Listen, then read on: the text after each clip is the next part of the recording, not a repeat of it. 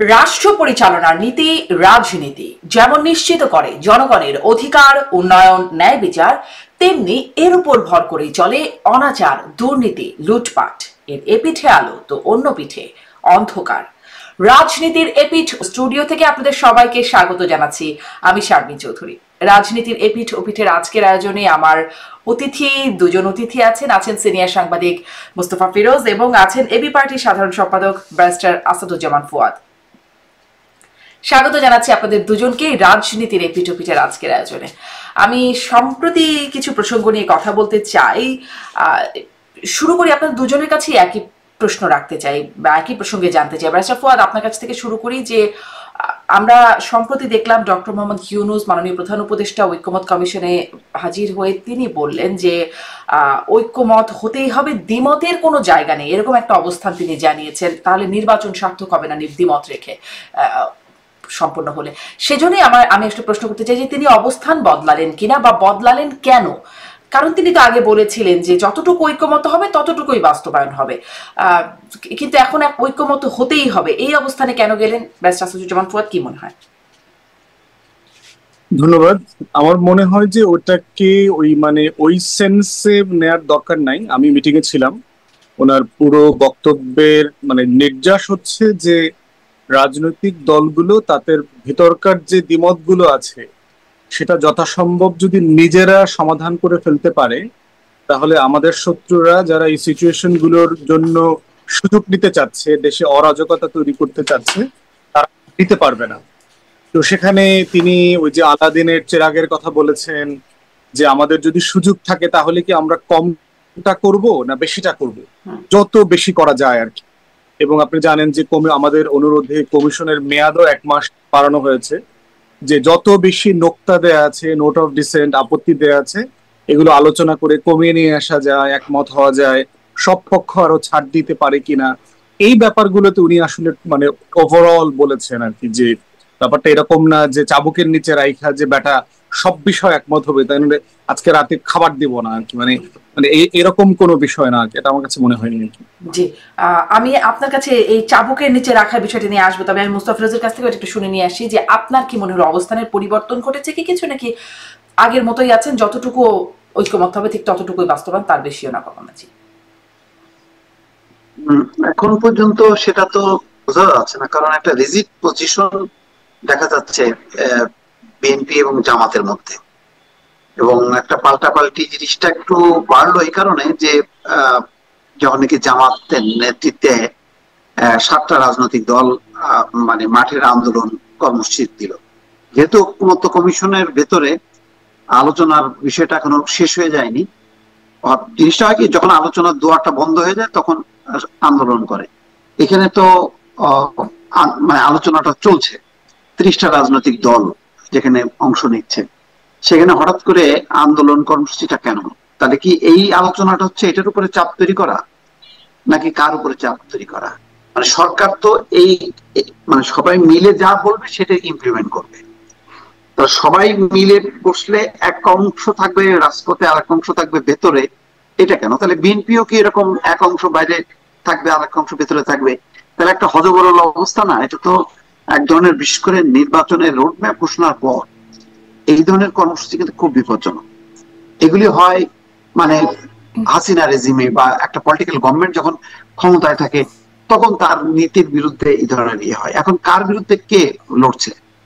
এই গভর্নমেন্ট কার? এই গভর্নমেন্ট তো এনসিপির, এই গভর্নমেন্ট তো এবি পার্টির, এই গভর্নমেন্ট তো বিএনপির, এই গভর্নমেন্ট তো জামাতের। তাহলে রাজপথে কেন কেন আলাদা একটা জোট?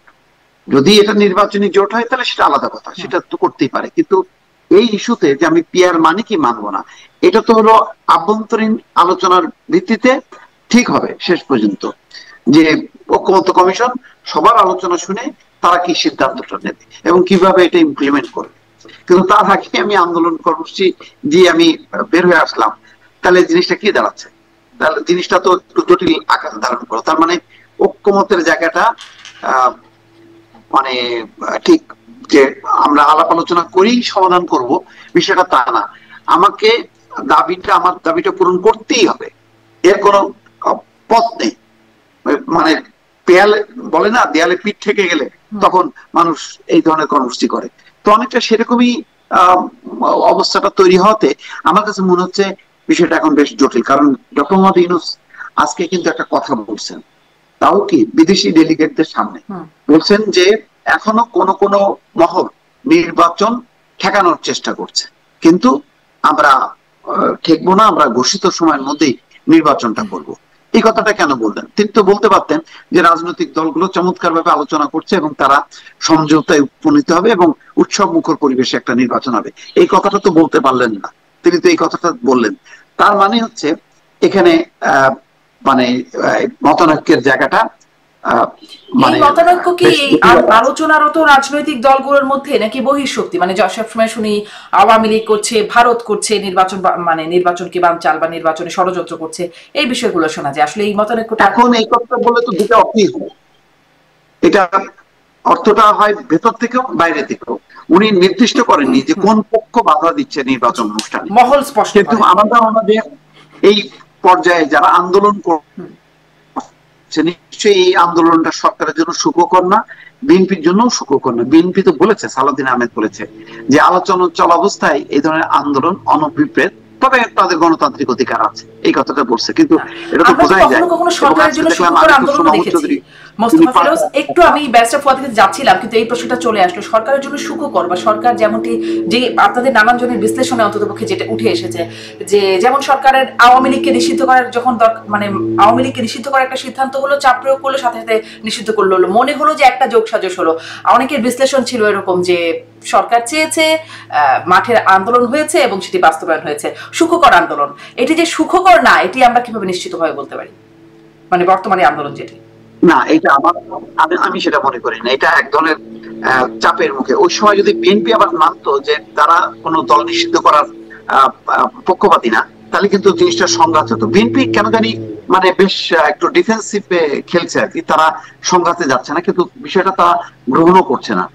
আমি যেটা মনে করি যে এটার একটা আন্তর্জাতিক ঝুঁকি আছে, কারণ বাংলাদেশের নির্বাচন তো শুধু বাংলাদেশের না, এর সাথে একটা বৈশ্বিক বিষয় জড়িত আছে, যার কারণে আজকে দেখেন ইউরোপিয়ান ইউনিয়ন দৌড়ঝাঁপ করছে।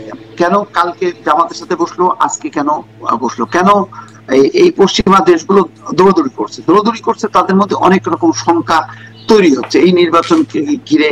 সামনে কারা ক্ষমতা আসছে, তাদের পলিসিটা কি হবে, সেটা কতখানি তাদের পশ্চিমা দেশের যে গণতান্ত্রিক যে মডেল আছে সেই মডেলের সাথে সামঞ্জস্যপূর্ণ হবে কি হবে না, তারা হয়তো বুঝতে চাচ্ছে। এর ফলে তাদের মধ্যে একটা উদ্বেগও আছে। কারণ আপনি কোন রাজনৈতিক দলকে যদি নিষিদ্ধ করেন আন্তর্জাতিক ভাবে, এটা কিন্তু একটা যদি প্রশ্ন হয়, তাহলে কিন্তু সবচেয়ে বিব্রতকর অবস্থার মধ্যে পড়বে কিন্তু ডক্টর মোহাম্মদ ইউনূস, যার মূল বেসটা কিন্তু পশ্চিমা বিশ্ব।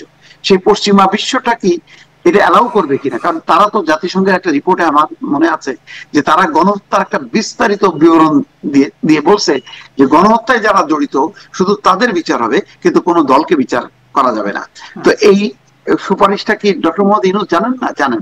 এখন উনার আমলেই যদি উনি এটা ইমপ্লিমেন্ট করেন, তখন আন্তর্জাতিক মহলের কাছে তো উনি কি জবাবদিহি করবেন?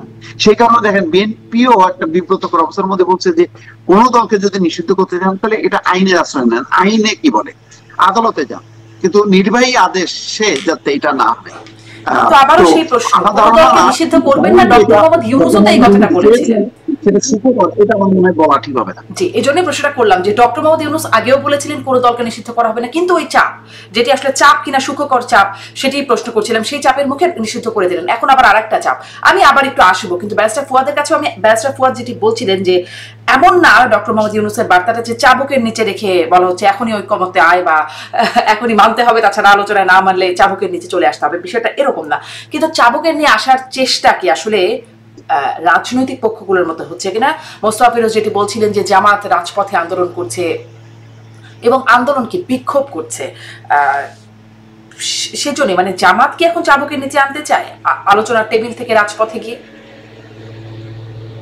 দেখেন, রাজনৈতিক দলগুলোর সাথে আমার আনুষ্ঠানিক মিটিং কথাবার্তা বলে এটা কখনো মনে হয় নাই যে তারা আসলে ফেব্রুয়ারির নির্বাচন চায় না, অথবা নির্বাচনে অংশগ্রহণ করবে না, অথবা কোনোভাবে পিছিয়ে দেবার চেষ্টা করতেছে, এইটা মনে হয়নি। বাট যেটা মনে হয়েছে সেটা হচ্ছে সবার তো নিজস্ব রাজনীতি আছে, সবাই তো চাইবে তার ভোট বাড়ানোর জন্য, তার সিট বাড়ানোর জন্য। আপনাদের মনে থাকার কথা যে ঐকমত্য কমিশন গঠিত হবে, সেটা তো গত বছর ডিসেম্বরে ঘোষণা দেওয়া হয়েছিল। তারপরে কি বিএনপি বড় বড় সমাবেশ মহাসমাবেশ করে নাই? বিএনপির অ্যাক্টিং চেয়ারম্যান কি ডেডলাইন দেয় নাই যে নির্বাচনের দিন তারিখ ঘোষণা করতে হবে? করেছে তো। এটা কেন করেছে? তার পলিটিক্স। একটা রাজনৈতিক দল নির্বাচন চাইতে পারে, 1000 বার চাইতে পারে, কোনো সমস্যা নাই। এখন এই জন্য এখন একই রকম ভাবে কি ব্যারিস্টার ফুয়াদ, একই রকম ভাবে কি? কারণ আমি প্রশ্নটা এই জন্য করছি, নির্বাচন চাইছে সরকারের কাছে এই জন্য দাবি নিয়ে তারা সমাবেশ করছে, কিন্তু এখানে বিক্ষোভ করছে জামাত এবং ইসলামী আন্দোলনগুলো। বিক্ষোভ কার, মানে বিক্ষোভ তো ক্ষোভের প্রকাশ। এই ক্ষোভটা কার বিরুদ্ধে দেখাচ্ছে? সরকারের বিরুদ্ধে। চাপটা কাকে দিচ্ছে? বিএনপি যেমন সরকারকে চাপ দিচ্ছিল নির্বাচন আদায়ের জন্য, এই চাপটা কাকে দিচ্ছে? জামাত এবং ইসলামী দলগুলো। রাজনীতির স্বার্থ কার কার উপরে থাকে? একটা হচ্ছে রাষ্ট্রকে কন্টিনিউয়াসলি বলা যে আপনারা যেভাবে দাবি দাওয়া গুলোকে, রাজনৈতিক মতামত গুলোকে হালকা করে দেখছেন, অথবা কমিশনে যান, কমিশনে গিয়ে নিজেরা আলাপ করে নেন, নিজেরা কোনো দায়িত্ব নিচ্ছেন না, এটা একটা বক্তব্য দেওয়া তাদের পক্ষ থেকে যে আমরা চাই আপনারাও ডিসাইসিভলি এখানে রোল প্লে করেন, ভূমিকা নেন। আবার দ্বিতীয়ত হচ্ছে ইকুয়ালি পলিটিক্যাল পার্টিগুলোকেও চাপ দেয়া যে আসলে একটা কনসেনসাসে আসা, যেখানে যেখানে ছাড় দেওয়ার সুযোগ আছে সেখানে সেখানে ছাড় দেয়া। এবং সেই জায়গাতে আমার মনে হয় যে এটা দেবার মধ্যে কোনো মানে রাজনীতির ফ্রেমের যতক্ষণের মধ্যে থাকবে, যতক্ষণ পর্যন্ত যেখানে যেখানে চাপ দেওয়ার মানে ছাড় দেওয়ার সুযোগ আছে সেখানে সেখানে ছাড় দাও, বিষয়টা তো তা না। সুনির্দিষ্ট 5টা দাবি, তার মধ্যে উল্লেখযোগ্য হচ্ছে পিআর, জাতীয় পার্টি নিষিদ্ধ করা, এইরকম কয়েকটা, মানে যেখানে যেখানে ছাড় দেওয়ার সুযোগ আছে সেখানে সেখানে তো না, তাই না? সুনির্দিষ্ট 5টা জায়গা যেটা দিতে হবে। বললাম ভিতরে যে যেখানে ছাড় দেবে, এই 5টার ভিতরে সবাই তো সব জায়গায় ছাড় দেবে না। যেখানে যেখানে যার ছাড় দেওয়ার সুযোগ আছে, এবং এই ছাড় দেওয়ানোর জন্য সরকার কিভাবে কাকে নেগোশিয়েট করবে, কার সাথে কোন শর্তে, ব্যাকএন্ডে তো অনেক নেগোসিয়েশন হয় যে ভাই আপনি এটা মেনে নেন, আপনি এটা মেনে নেন, আপনি এটা মানলে আপনার লাভ, আপনি এটা মানলে দেশের লাভ। এই নেগোসিয়েশন গুলো সরকারকে তো ব্যাকএন্ডে কোনো না কোনো ফর্মে করতে হয়। তাহলে সেটা করবার জন্য তো সরকারকে মনে করিয়ে দেয়া যে ভাই আপনারা আপনাদের দায়িত্ব পালন করেন। আমি ইন প্রিন্সিপাল এই কর্মসূচিগুলোর মধ্যে আমি কোনো সমস্যা দেখি না। বিষয় হচ্ছে যারা কর্মসূচি দিচ্ছেন তারা সতর্ক আছেন কিনা সাফিসিয়েন্টলি যে এই কর্মসূচির আড়ালে যেই যেই অরাজকতা তৈরি করবার চেষ্টা যারা যারা করছেন তারা কোনো সুযোগ নেবেন কিনা, এইটা হলো গুরুত্বপূর্ণ বিষয়। এবং এই সীমানাটা মাথায় রাখা, কারণ দেখবেন যে এরকম এই দাবিগুলোর অনেকগুলোর সাথে কিন্তু আমরা এবি পার্টিও একমত, কিন্তু আমরা তো কর্মসূচিতে যাচ্ছি না। আমরা প্রেস ব্রিফিং করব, টকশোতে মতামত তৈরি করব, সরকারের সাথে বসবো, কথা বলবো, কমিশনে যাব, বিএনপির সাথে দ্বিমত করব, ইনডোরে করব, আউটডোরে করব, যেই যেই ফর্মে কথা বলার সুযোগ আছে আমরা করছি এবং আমরা করব। এখন প্রশ্ন হচ্ছে, এবং আপনার সত্ত্বেও তো এই বিষয়গুলো নিয়ে আমি নিজেও অনেকবার কথা বলেছি, যে এর কোনো ইস্যুটা এমন ইস্যু না যেটা নিয়ে গত 1 বছর আমরা কথা বলিনি, বলছি। কিন্তু যারা ওই কর্মসূচি দিয়েছেন এটা তার তো রাজনীতি। যেভাবে আপনার মনে থাকার কথা, ফিরোজ ভাইয়ের সাথে এই ব্যাপারে আমার অনেক কথা হয়েছে, নির্বাচনের দিন তারিখ নিয়ে আমাদের তো ব্লাড প্রেশার পারে নাই। আমরা তো শুরু থেকে বলছি ভাই অন্তর্বর্তীকালীন সরকার ডিসেম্বর 25 থেকে জুনের 26-এ নির্বাচনের দিন তারিখ একটা দিবে, যেদিন দিবে সেই দিনই আমি সই, আমার সাথে কোনো সমস্যা নাই। কিন্তু অনেক দলের ব্লাড প্রেশার হাই হয়ে গেছে না, 250-300-তে শুট আপ করছে। এখন এক একটা বিষয়তে এক একজনের ব্লাড প্রেশার হাই হয়ে যায়। আমাদের 2 বিষয়ে আমরা খুবই কুল আছি। আমার ব্লাড প্রেশার, আমাদের দলের প্রেশার 80-120-এ আছে। নির্বাচনের দিন তারিখ ঘোষণার আগেও তাই ছিল, এখনো তাই আছে। গতকালকে পরশু 3টা ইসলামী দল তাদের কর্মসূচি দেবার পরেও আমাদের ব্লাড প্রেশার একই জায়গাতে আছে, মোটেও বারে কমে নাই। কারণ হচ্ছে আমরা আমাদের রাজনীতি এবং বাস্তবতা সম্পর্কে অবগত, যে আমি আসলে কতটুকু পর্যন্ত করব, কতটুকুর বেশি আওয়াজ তুললে। আন্দোলন যারা দিচ্ছে সেই দলগুলোর ব্লাড প্রেশার কেন বেড়ে গেল এই বিষয়গুলো নিয়ে, মানে তাকে জিজ্ঞেস করতে হবে আপা, কারণ সবার প্রেশার তো যার যার বেডরুমে, মেশিনও তার। ওই যে বলছিলেন ইনডোর আউটডোর নানা আলোচনা হয়, সেই আলোচনা থেকে আপনারা বুঝতে পারেন না যে কেন তাদের প্রেশার বাড়ছে এই বিষয়ে? কৌশলগত, আমি ধারণা করছি কৌশলগত ব্যাপার। সবাই বোধ করছেন যার যেখানে যতটুকু নেগোশিয়েট করবার সুযোগ আছে, হয়তো কাউকে একটু ফোন করে বলতে হবে, কাউকে একটু মিছিল করে বলতে হবে। তো যে যেটা কৌশলগত ভাবে মনে করছে সে সেটা করছে। আমরা মনে করছি আমরা আমাদের জায়গা থেকে ভিন্ন কৌশলে একই অথবা ভিন্ন মতের দাবিগুলো নিয়ে আমরা কাজ করবো আর কি। আপনারা কোন কোন দাবির সাথে, আপনারা বলছিলেন যে আমরা অনেকগুলোতে একমত, আপনারা কোন কোন দাবির সাথে একমত আন্দোলনকারী দলগুলোর মধ্যে? ধরেন তো আমাদের একটা মিক্স সিস্টেমের প্রস্তাবনা আছে, যে যদি উচ্চ কক্ষে ভোটের পিয়ার না হয়, আমরা উচ্চ কক্ষই চাই, এটা আমাদের দলীয় পজিশন। তাহলে নিম্নকক্ষে মিক্স সিস্টেম হতে পারে কিনা 200 আসনে, কারণ জামায়াত ইসলামী আন্দোলন বাংলাদেশ তারা শতভাগ পিআর চাচ্ছে। আমরা শতভাগের ব্যাপারে একমত না। আমরা বোধ করছি যে একটা ট্রানজিশন সময় নিয়ে সিস্টেম চেঞ্জ করতে হয়। একটা সিস্টেম, একটা রাষ্ট্র, একটা জনগণ অনেক বছর ধরে যেটা অভ্যস্ত থাকে, সাডেনলি তাকে 360 ডিগ্রি পরিবর্তন করলে সে সেটাকে নিতে পারবে না, অ্যাবজর্ভ করতে পারবে না। এই জন্য একটা ট্রানজিশন নিতে হবে। ট্রানজিশনটা কি হতে পারে? আমরা 200 আসনে বিদ্যমান পদ্ধতিতে নির্বাচন হোক, তাহলে সুবিধা যেটা, আর 100 আসনে পিআর হতে পারে। তাহলে বিএনপিকে আশ্বস্ত করা যাচ্ছে যে আপনি যেহেতু এখন সবচেয়ে বড় রাজনৈতিক দল, আপনি 200 থেকে 150-60 এমনি পেয়ে যাবেন। তাহলে সরকার গঠিত হয়ে যাবে। সরকার গঠনে নেপালে, শ্রীলঙ্কাতে যে টেনশন গুলো দেখেছি সেটা হচ্ছে না। আবার 100 পিআর থাকলে যেটা হবে, 1% থ্রেশ হোল্ডে অনেক ছোট বড় রাজনৈতিক দল ডানে বামে সবাই কোনো না কোনো ফর্মে পার্লামেন্টে রিপ্রেজেন্টেশন পেয়ে যাবে।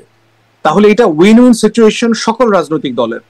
আমাদের প্রস্তাব ছিল যে একটা মিক্স সিস্টেমে আমরা যেতে পারি কিনা, যেখানে সরকার স্টেবল থাকবে, বিএনপি বড় দল আকারে আশ্বস্ত হবে, বাকি দলগুলোও জানবে। তাদের প্রস্তাব নিয়ে আলোচনা হয়েছে, মানে আলোচনার ফিডব্যাক কি মনে হলো? কমিশনে আমরা বারবার বলেছি এজেন্ডাভুক্ত করে আলোচনা করবার জন্য, তারা কখনো এটা করতে রাজি হন নাই। বোধ করি যে আজকে এই কর্মসূচিগুলো রাজপথে আসার একটা বড় কারণ হচ্ছে যে কমিশন সময় নিয়ে এজেন্ডাভুক্ত করে আলোচনা করেন নাই। যদি করতো তাহলে উচ্চকক্ষ নিম্ন কক্ষের মতো করে পিআর এর আলোচনাটা একটা রেজলিউশনে যাইতো, অথবা জাতি দেখতে পাইতো যে আমাকে রাস্তায় পর্যন্ত যাওয়ার প্রয়োজন হতো না। ঠিক একইভাবে ধরেন আওয়ামী লীগ, জাতীয় পার্টি, 14 দলের রাজনৈতিক ভবিষ্যৎ কি হবে, সেখানেও কিন্তু আমরা একইভাবে এজেন্ডাভুক্ত করে আলোচনা করতে পারতাম।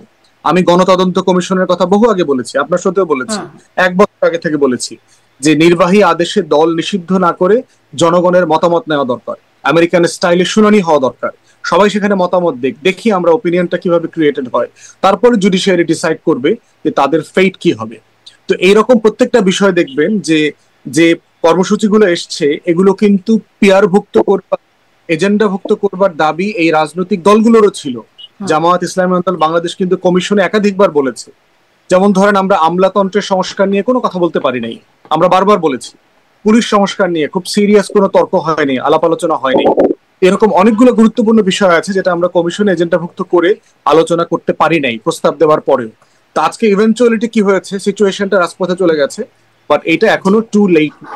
যেহেতু কমিশন 1 মাস সময় নিয়েছে, আমার মনে হয় যে এই পুরো কর্মসূচিটাকে আবারও ফরেন সার্ভিস একাডেমিতে ফিরায় নিয়ে আসবার সুযোগ আছে, এবং রাজনৈতিক দলগুলোর মধ্যে এখনো যথেষ্ট উদারতার জায়গা আছে। কিন্তু কালকে থেকেই আসলে আন্দোলন, মানে বৃহস্পতিবারে এই আন্দোলনের শুরুটা হওয়ার কথা বলে জানি। আমি মোস্তফা ফিরোজের কাছ থেকে একটু শুনি এই বিষয়টাই, যে আপনার কি মনে হয় আলোচনার টেবিল থেকে রাজপথে গড়িয়ে গেছে, আগামীকাল থেকে যেটা শুরু হচ্ছে, এই রাজপথে যাওয়াতে কেমন চাপ তৈরি হবে? চাপটা আপনিও প্রশ্ন করছিলেন যে কাকে দেয়া, বিএনপিকে, সরকারকে, কার উপর কতটা চাপ পড়বে, সেই চাপের প্রভাব বা প্রতিক্রিয়া কেমন হবে বলে মনে করেন? কারণ আমরা আবার অন্যদিকে সালাউদ্দিন আহমেদকেও বলতে শুনেছি, বিএনপির স্থায়ী কমিটির সদস্য, খুব সক্রিয় ভূমিকায় যিনি এখন আছেন, তিনি বলছেন যে এরকম হলে তারাও রাজপথে জবাব দেবেন। রাজপথে যদি বিষয়টি চলে আসে তাহলে তারাও রাজপথে জবাব দেবেন। আসলে এখন চাপটা কেমন পড়বে বলে মনে হয় মোস্তফা ফিরোজ?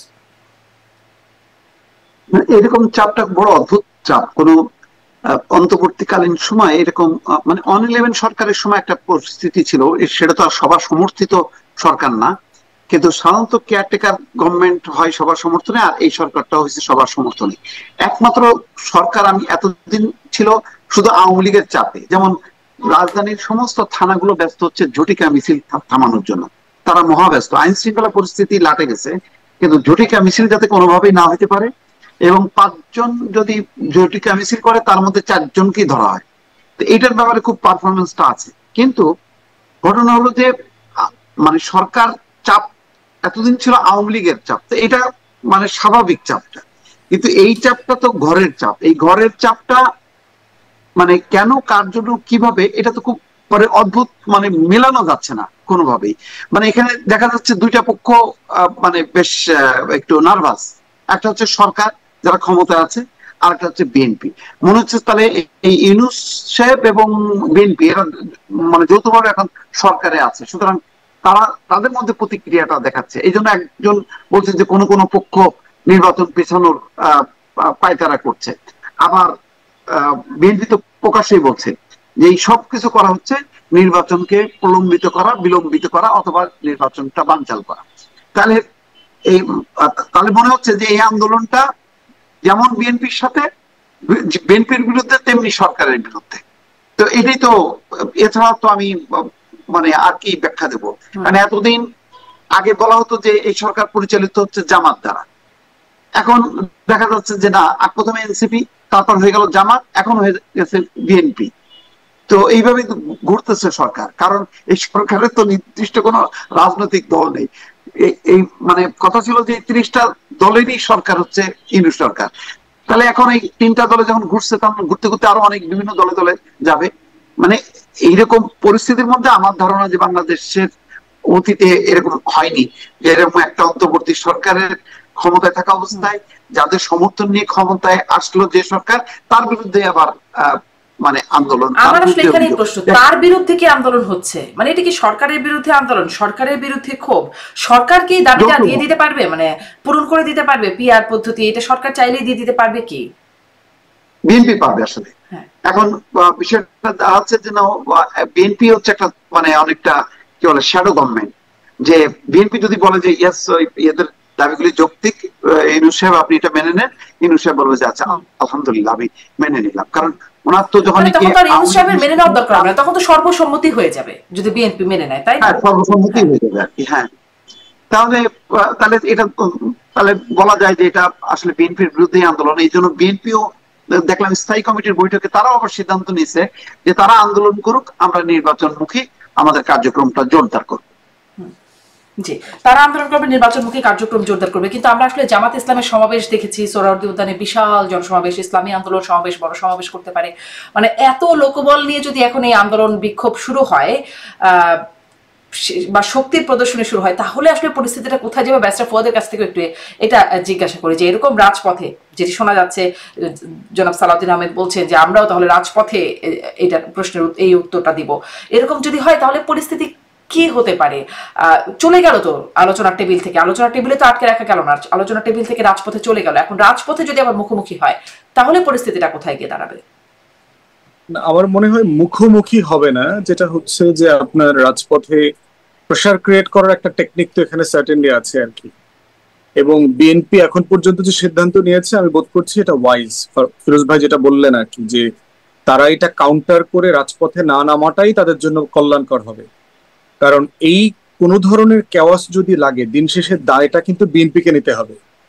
কারণ এই জামাত সহ অন্যান্য দলগুলো তখন যেটা বলবে যে কমিশনেও তারা কোনো বিষয় একমত হচ্ছে না, জুলাই সনদে তারা বাস্তবায়ন করতে দিচ্ছে না, আবার রাজপথেও আমাদেরকে কথা বলতে দিচ্ছে না এটার বিরুদ্ধে, তখন দিন শেষে মানে বড় দল আকারে বিএনপির দায়টা অনেক বেড়ে। কিন্তু দায় কেন হবে? আপনিও তো বলেন যে একমত হতে হবে, এমনটা না, গণতন্ত্রের সৌন্দর্যই হচ্ছে দ্বিমত রাখা।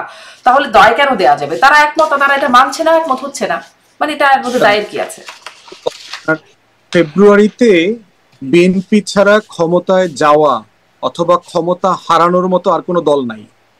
অতএব ফেব্রুয়ারি মাসে কারো যদি কিছু হারানোর থাকে এবং কারো যদি আসলে বোটা দাগে কিছু পাবার থাকে, সেটা বিএনপির।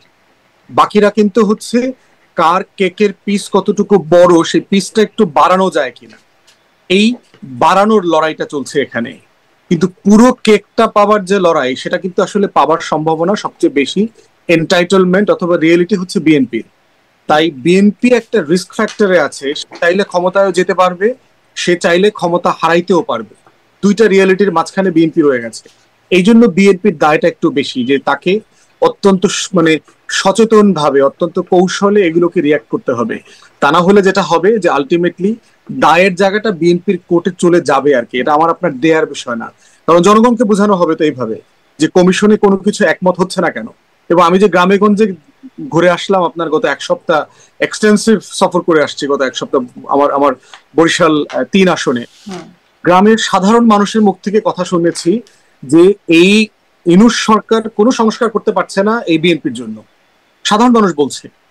এখন প্রশ্ন হচ্ছে এইটা কি আসলে সত্য মিথ্যার বিষয় না, বিষয়টা হচ্ছে পারসেপশন। কিন্তু ব্যারিস্টার ফুয়াদ, বিএনপি আবার শুনে আসে গ্রামের মানুষের কাছ থেকে, বিএনপির সাথে যখন কথা হয় কারোর সাথে, তারা আবার বলে আমরা দেশে দেশে মানুষের দ্বারে দ্বারে যাচ্ছি, আমরা শুনে আসছি যে মানুষ নির্বাচন চায়, মানুষ চায় যা হবে সেটি নির্বাচিত সরকার এসে যেই সংস্কার করতে হবে সেটি বাস্তবায়ন নির্বাচিত সরকার করবে। বিএনপি আবার দেখি এরকম বলে যে তারা এরকম শুনছে। ভাই 20 কোটি মানুষের দেশ, তো ওই আমার সাথে যার দেখা হয় তার সাথে তো আবার তাদের দেখা হয় না। এখন কত মানুষ, কতজনের মত। আবার বাঙালিও তো ধরেন নগদে বিকাশে খাওয়া সোনার বাংলার মানুষ না, আমারে দেখলে একরকম বলে, আবার আপনারা দেখলে একরকম বলবে, ফিরোজ ভাইরে দেখলে আরেক রকম বলবে, সবাইরই সে খুশি রাখে।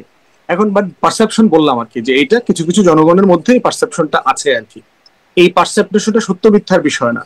যখন দলগুলো এরকম 2টা 3টা 4টা দল যখন একসাথে হয়ে এটা কন্টিনিউয়াসলি বলা শুরু করবে, তখন কিন্তু এটা একটা মানে অর্গানাইজড মানে রিয়েলিটিতে পরিণত হবে, যে হ্যাঁ এটা আসলে সত্য। দেশের মানুষ এভাবে বিশ্বাস করা শুরু করেছে। এবং দেখেন জাকসুর নির্বাচনে কিন্তু আমরা দেখেছি যে অর্গানাইজড ক্যাম্পেইন ওয়ার্ক করে, পারসেপশনকে মানে রিয়েলিটিতে প্রমাণ করে ফেলা হয়েছে। অতএব এটা সম্ভব, এটাকে কোনোভাবে ছোট করে দেখবার সুযোগ নাই। বাট আমরা বোধ করছি বিএনপি বড় দল আকারে তার এখানে সর্বোচ্চ কৌশলী এবং ছাড় দিয়ে যতটুকু সম্ভব দলের ঊর্ধ্বে উঠে একটা ন্যাশনাল ইন্টারেস্টের জায়গায় আসা দরকার। সবাইকে সর্বোচ্চ ছাড় দিয়ে এই কাজটা করা দরকার। এবং গণ অভ্যুত্থানের সবাইকে যদি আপনি ইকুয়ালি অ্যাকনলেজ করেন যে সবাই পক্ষ, সবাই গুরুত্বপূর্ণ পক্ষ, সবাই আগামী ফেব্রুয়ারি ক্ষমতার অংশীদার কোনো না কোনো ফর্মে, এই জায়গায় যেতে পারলে আপনার দেখবেন যে নেগোসিয়েশনটা ইজি হয়ে যাবে।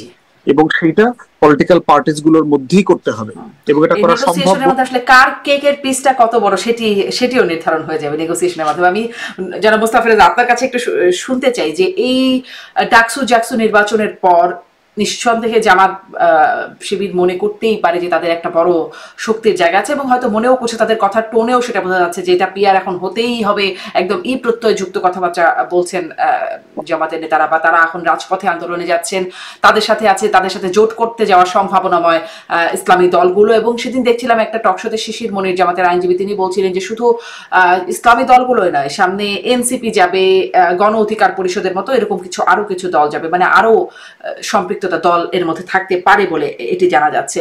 আবার তাদের তো রাস্তা, আমি যেটি বলছিলাম, সোহরাওয়ার্দী উদ্যান সহ বিভিন্ন জায়গায় জনসমাবেশে দেখা গেছে যে জনসমাবেশ করলে তারা প্রচুর লোক সমাগম করতে পারে। এই যে নানান যে দিক, নানান শক্তির জায়গা, এটি আসলে আপনার কাছে এই প্রশ্নটি করছিলাম, আবারও করি, বিএনপির উপর কেমন চাপ তৈরি হবে বলে আপনি মনে করছেন? যদি বলি কত নাম্বার বিপদ সংকেত বিএনপির জন্য? বিএনপি আস্তে আস্তে একটু বিপদটা টের পাচ্ছে, এটা সত্য। কারণ জাকসু নির্বাচনে দীর্ঘদিন থেকে যে পরিকল্পিতভাবে জামাত শিবির কাজ করেছে তার ফলটা তারা পেয়েছে। নতুবা দেখেন, এত বড় গণ অভ্যুত্থানের পর যারা অভ্যুত্থানের নেতা, যারা সরকারে ঢুকলো, তাদের কিন্তু কোনো অস্তিত্বই নেই। এবং এখন ওই তাদের কি ছাত্র সংসদ না কি নাম যেন, সেটা বিলুপ্ত করার সিদ্ধান্ত নিচ্ছে তারা। তাহলে পরিস্থিতিটা বোঝেন, এটা আসলে ম্যাটার করে না। ম্যাটার দেখেন, এর আগের ডাকসুতে ছিল ছাত্র অধিকার পরিষদ নতুন, এই এতে তো নামই নাই, তাদের নাম নাই, উড়ে চলে গেছে। তার মানে আসলে আলটিমেটলি রাজনীতি যেটা, সেটাই আসলে টেকসই হয়, বাকিগুলি কিন্তু কোনো টেকসই না। যেমন নুরও নাই এখন, কিন্তু ওই যে নাহিদ সার্জিসদের দলেরও খবর নেই, এগুলি উড়ে গেছে, রাজনীতিটা টিকে আছে। তবে এটা সত্য যে জাকসু এটাই যে একেবারে এটার দ্বারা মানুষ প্রভাবিত হয়, এটা মনে করার কারণ নেই। কারণ এখন কিন্তু তাই যদি প্রভাবিত হতো, তাহলে চট্টগ্রামে কিন্তু ছাত্রদেরকে এইভাবে পিটানিটা দিত না আশেপাশে গ্রামবাসীরা, তাদের কিন্তু মানে আগলায় রাখতো। তার মানে ছাত্রদের ওই ভাবমূর্তিটা মানুষের কাছে নাই। মানুষ বরং ছাত্রদের গত 1 বছরের কর্মকাণ্ড দেখে বরং খুবই বিরূপ এবং নেতিবাচক একটা মনোভাব তাদের মধ্যে জন্ম নিয়েছে। সুতরাং এটার একটা প্রভাব আছে, কিন্তু প্রভাব হলো জামাত অত্যন্ত পরিকল্পিত ভাবে, খুবই সুচিন্তিত ভাবে, সংগঠিত ভাবে রাজনীতিটা করে, এইটাতেই তারা চিন্তিত। এবং গত 1 বছরও কিন্তু তারা আগে থেকে প্রার্থী ঘোষণা করে দিয়ে কে হবে প্রার্থী কোন এলাকার, এটা ওই এলাকার মানুষ জানে। কিন্তু বিএনপির প্রার্থী কে, প্রত্যেকটা এলাকায় জানে যে বিএনপির প্রার্থী 3 জন 4 জন 5 জন। ফলে মানুষ বিভ্রান্ত। ফলে যেখানে মানুষ সুনিশ্চিত, মানুষ সেটাকেই মাইন্ডসেট করতে থাকে, আর যেখানে অনিশ্চিত সেখানে তো মাইন্ডসেটই করতে পারে না। তো ফলে ওই নির্বাচনী দৌড়ে কিন্তু পিছিয়ে আছে। আর এই যে এই আন্দোলনটা আসলে একটা মানে একটা ছেলে মানুষই আন্দোলন আমি বলবো, এটা চাপ তৈরি করা, কিন্তু মূল লক্ষ্যটা কিন্তু হচ্ছে আসলে নির্বাচনী বৈতরণীটা পার হওয়া। কারণ বাংলাদেশের ইতিহাস হচ্ছে, যে দল আন্দোলন করে দাবি আদায় করতে পারে তারাই নির্বাচনে জয়যুক্ত হয়। তো জামাত কিন্তু এখন মানে ঠিক এই ইউনূস সরকার তার প্রতিপক্ষ না, বিএনপিও ওই অর্থে প্রতিপক্ষ না, তবুও এমন একটা আন্দোলন আন্দোলন একটা মানে ভাব তুলছে যে আমরা আন্দোলন করলাম, আচ্ছা ঠিক আছে, নিম্ন কক্ষে পাইলে আপনি উচ্চ কক্ষে পিয়ার পাইলাম, এটাই আমাদের আন্দোলন বিজয়, এবং আমরা ক্ষমতায় গেলে পুরোটাই আমরা দাবিটা আদায় করব, এই ভাব দিয়ে তারা নির্বাচনটাও মানে সামনে জয়যুক্ত হতে চায়। আমার ধারণা যে চূড়ান্ত লক্ষ্যটা কিন্তু এটা, কারণ এই আন্দোলনের আগে আপনি গণমাধ্যমগুলো সার্চ করেন, এই নির্বাচনী জোট হচ্ছে ইসলামী আন্দোলন, জামাত ইসলাম, মজলিস, খেলাফত, এইগুলি নিয়ে কিন্তু মানে অলরেডি আলোচনা হচ্ছিল।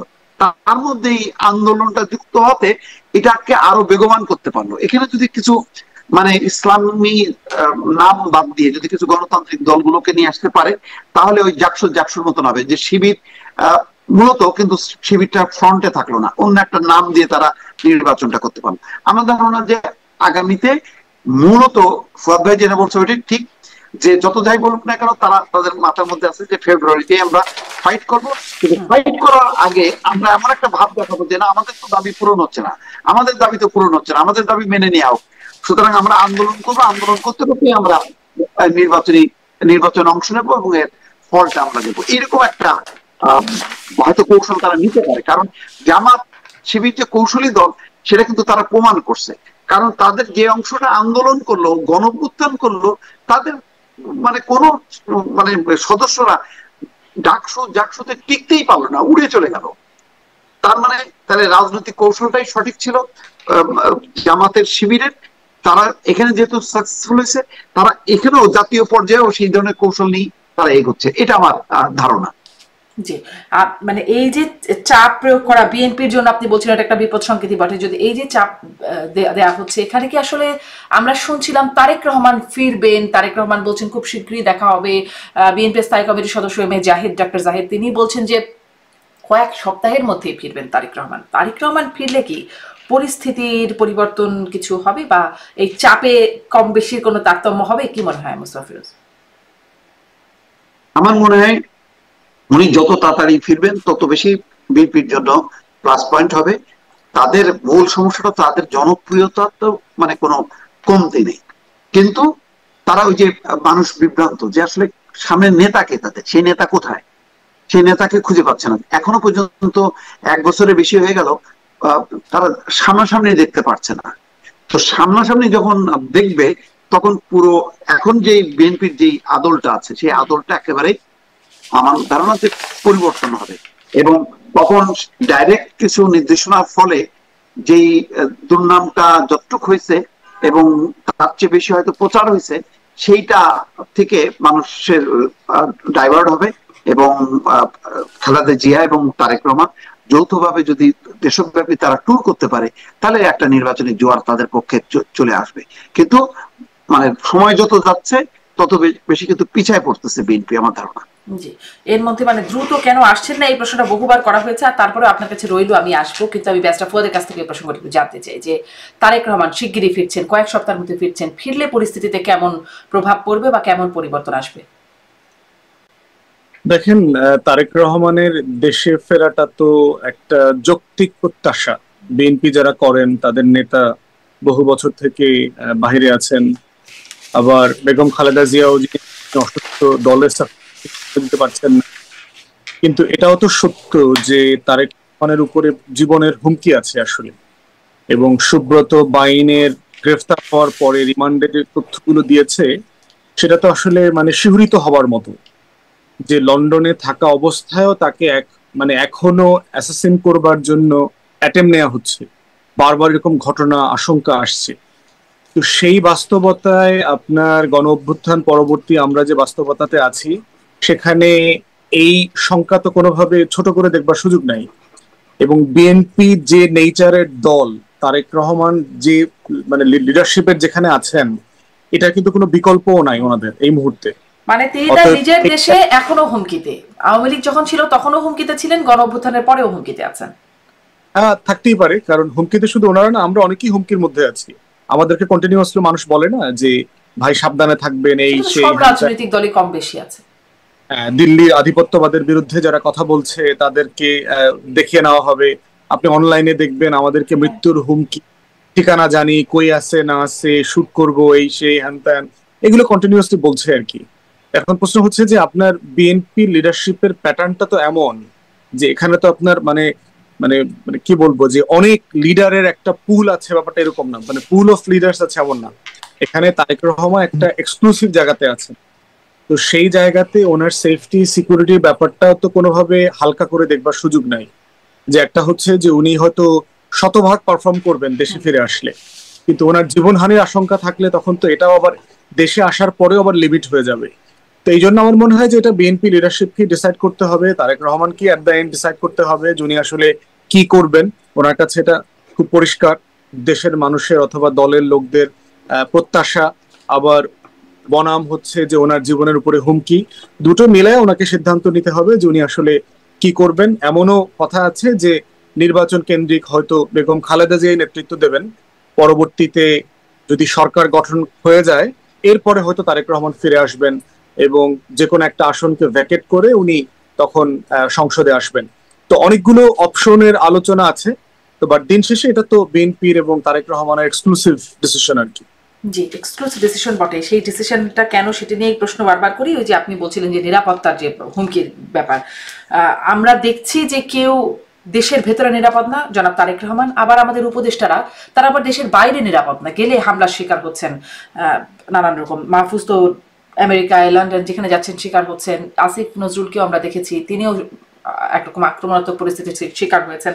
মানে নিরাপত্তা বিষয়টা এরকম জায়গায় এসে দাঁড়াচ্ছে কেন, সেই জায়গাটি আমি ব্যারিস্টার ফুয়াদ একটু ছোট করে আপনার কাছে প্রশ্ন রাখলাম, কিন্তু মোস্তফা ফিরোজের কাছে ওই বিষয়টা শুনে নিব আমি যে বেগম জিয়ার নেতৃত্বেও হতে পারে সামনের নির্বাচন, এবং বিএনপির ভেতরে কি কোনো আসলে নেতৃত্ব নিয়ে কোনো ক্ল্যাশ যাকে বলে সেরকম কিছু আছে কি?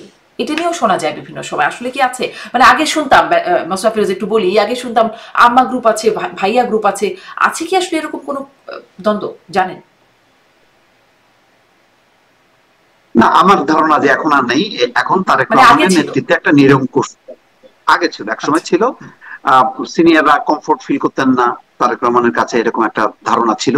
হয়তো তাই, বাস্তবতা তাই, এটা স্বাভাবিক, বয়সের ধর্ম। তো এখন আমার ধারণা সেটা নেই।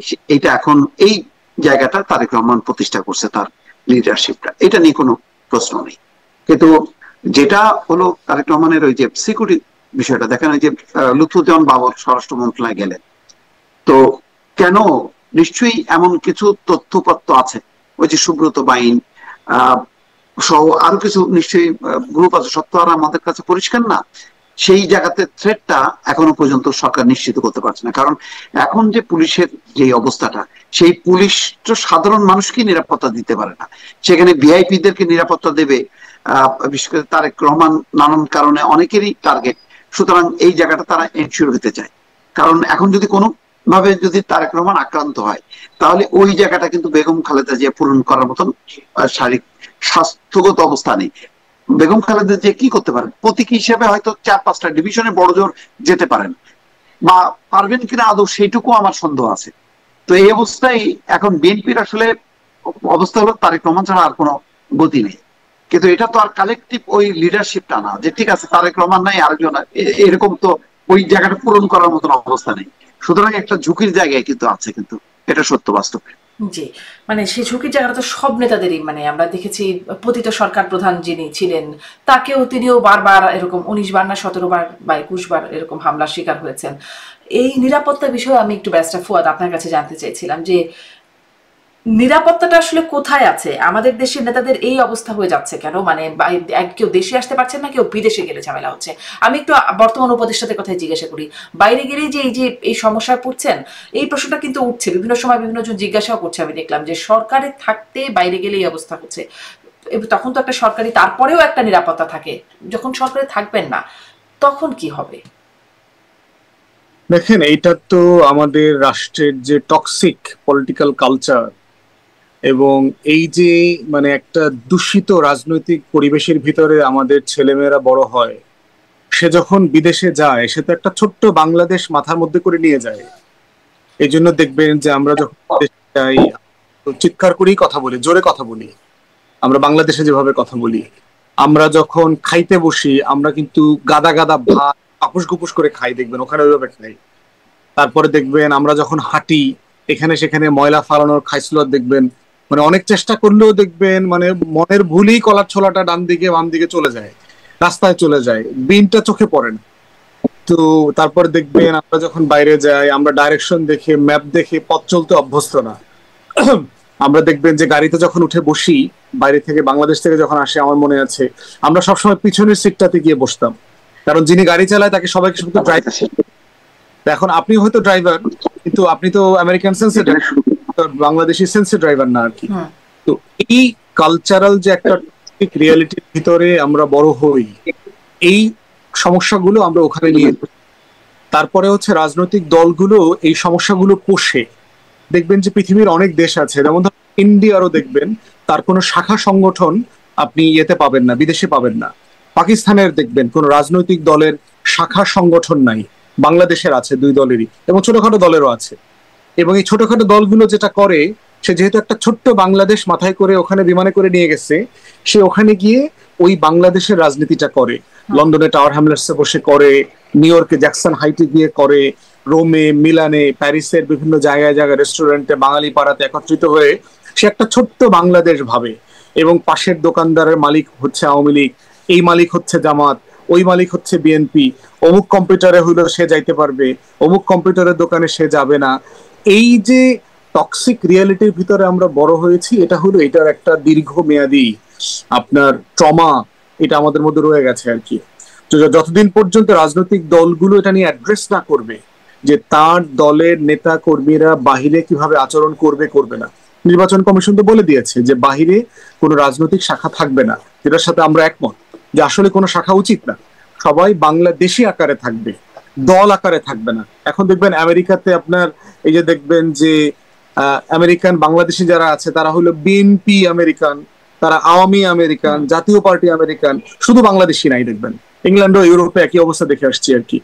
সো এই টক্সিক রিয়ালিটিতে আমরা একসময় জাস্টিফিকেশন খুঁজি, সে যেহেতু আমার নেত্রীকে এখানে অপমান করছে তো তাকে আমি লন্ডনে যাওয়ার পরে জুতা মারবো, সে যেহেতু আমার নেতাকে এখানে মিথ্যা মামলা দিছে আমি তাকে দেখলে ওইখানে জড়ায়া ধরবো, তার টাই ধরে টান দিব, তার আটকাবো, গায়ে হাত তুলবো।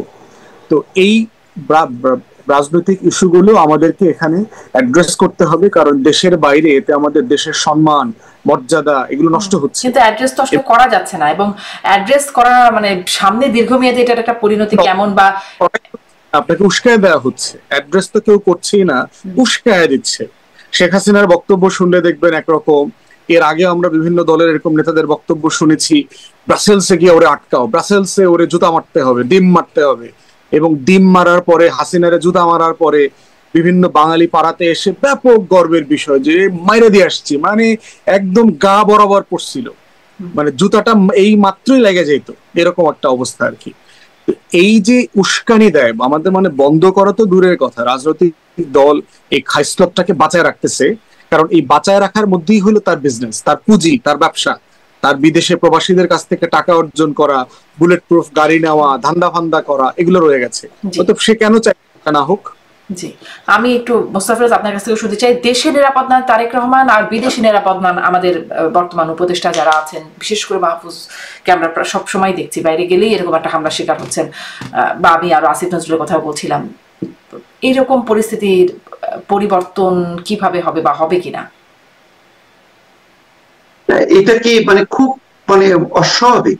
আজকে পররাষ্ট্র উপদেষ্টা কি বলছেন যে এই যে 4 জন রাজনীতিককে নিয়ে যাচ্ছেন ডক্টর মোহাম্মদ ইউনূস 21 তারিখে জাতিসংঘে, বলছেন যে সেখানে এটা বিক্ষোভ হবে, এটা স্বাভাবিক, এটা ঠেকানো সম্ভব না।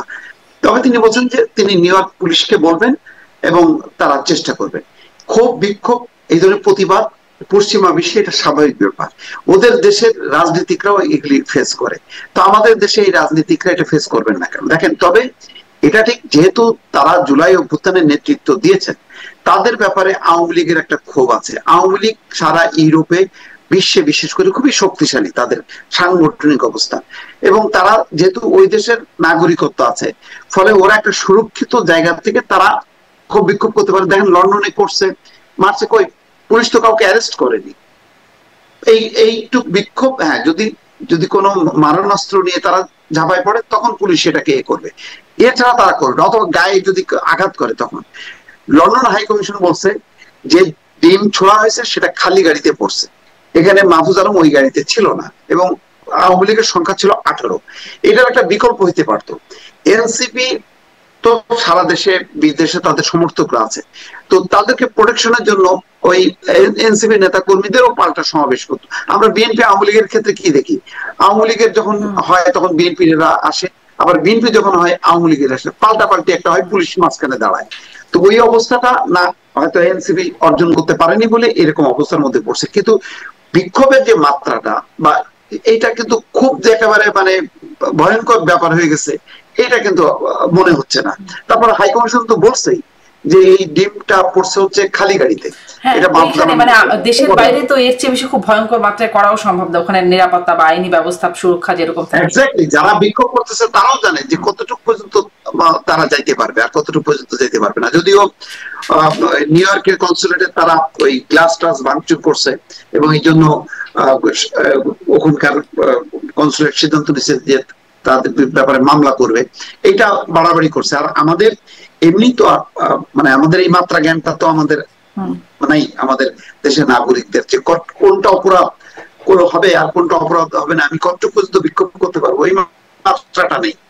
তবে এগুলি যেটা হয় কি সামগ্রিকভাবে, এটা আগেও যেমন এখনো তেমন, বাইরে যখন এই ঘটনাগুলি ঘটে তখন কে স্বৈরাচার কে মানে গণতান্ত্রিক এটা তো বিবেচনা হয় না। তখন এটা তারা খারাপ ভাবে দেখে যে এটা কি ধরনের যে একটা দেশের আসলো, সেই দেশেরই কমিউনিটি এই ধরনের বিক্ষোভ করতেছে, এটা তারা অবাক হয়। কিন্তু এটা তারা আশ্চর্য হয় না, কারণ তাদের দেশেও এই ধরনের ঘটনায় তারা অভ্যস্ত। জি, কিন্তু আসলে প্রশ্নটা এখানে যে রাজনৈতিক দল, আপনি বলছিলেন যে মানে আওয়ামী লীগ গেলে বিএনপি সেখানে বিক্ষোভ করতে পারে, সাথে আওয়ামী লীগও পাল্টা থাকে, বা বিএনপির কেউ গেলে সেখানে বিএনপিরও পাল্টা থাকে বিক্ষোভকে প্রতিরোধ করার জন্য বা একটা পাল্টা পাল্টির জন্য। কিন্তু এই যারা আছেন গণঅভ্যুত্থান নেতৃত্ব, তাদের জন্য কেউ থাকছেন না, বা এই উপদেষ্টারা যারা আছেন তাদের জন্য যে কেউ থাকছেন না, তাদের তাহলে সামনে এক্সিট প্ল্যান কি কিছু বিশেষ তারা ভাবছেন? এটাই নিয়ে তো তার উদ্বেগ। নাহিদ ইসলাম কি বলছে যে মানে তারা আতঙ্কিত, সে তার যে মানে পোস্টে এই ঘটনার উপরে যে ধরনের পোস্ট দিছে তাতে তো মনে হচ্ছে যে মানে মাহফুজ আলমের উপরে অস্ত্র নিয়ে কেউ ঝাঁপায় পড়ছে বা গুলি করার চেষ্টা করছে, কোন রকমে বেঁচে গেছে। এবং এখন এর পরবর্তী পর্যায়ে তাদের কি হবে যখন নাকি এই সরকার থাকবে না, এই জন্য সরকারের উপর তারা ক্ষোভ প্রকাশ করছে। এবং এটা এনসিপির যারা নেতা কর্মী আছে আসলে এটা তাদের জন্য খুবই বিপজ্জনক হবে, কারণ তাদের পাশে তো আসলে ওই অর্থে জামাত বা বিএনপি দাঁড়াচ্ছে না যে তাদের প্রোটেকশন জন্য, তাদের নিজেদেরও সেই শক্তিটা নেই। এটা দিন যত যাবে এনসিপি যেহেতু একটা পতনমুখ একটা অবস্থা তৈরি হয়েছে তাদের, এটা মানে তারা আবার পুনরুজ্জীবন হবে এরকম কোনো এখনো আলামত দেখা যাচ্ছে না, বরং প্রতিদিনই দেখছি পদত্যাগের হিড়িক। তো সুতরাং দিন শেষে বিদেশে মানে দেশে এবং বিদেশে সব জায়গায় এই নেতাদের জন্য, জুলাই অভ্যুত্থানের এই নেতাদের জন্য একটা ঝুঁকি কিন্তু এটা বাড়ছে, এটা সত্য। এটা একটা ঝুঁকির জায়গা দেখছেন যে তাদের পাশে আসলে কেউ নাই, অন্যান্য দলগুলো নিজেদের পাশে নিজেরা থাকছে, কিন্তু এই নেতৃত্বদের পাশে, গণঅভ্যুত্থান নেতৃত্বদের পাশে কেউ নাই। সামনে আরো অনেক প্রসঙ্গ আসবে। আসলে ব্যারিস্টার ফুয়াদ যেমনটি বলছেন, চাবুকের মুখে পড়ে কিনা বা কত নম্বর বিপদ সংকেত আসে, সেই বিষয়গুলো নিশ্চয়ই দেখবো আমরা, এবং আমরা সামনে আরো কথা বলবো। এক মাসে ঐক্যমত কমিশনও বা কোন দিকে যায় সেই বিষয়গুলো নিয়েও কথা হবে। অনেক ধন্যবাদ, আজকের মতো শেষ করি।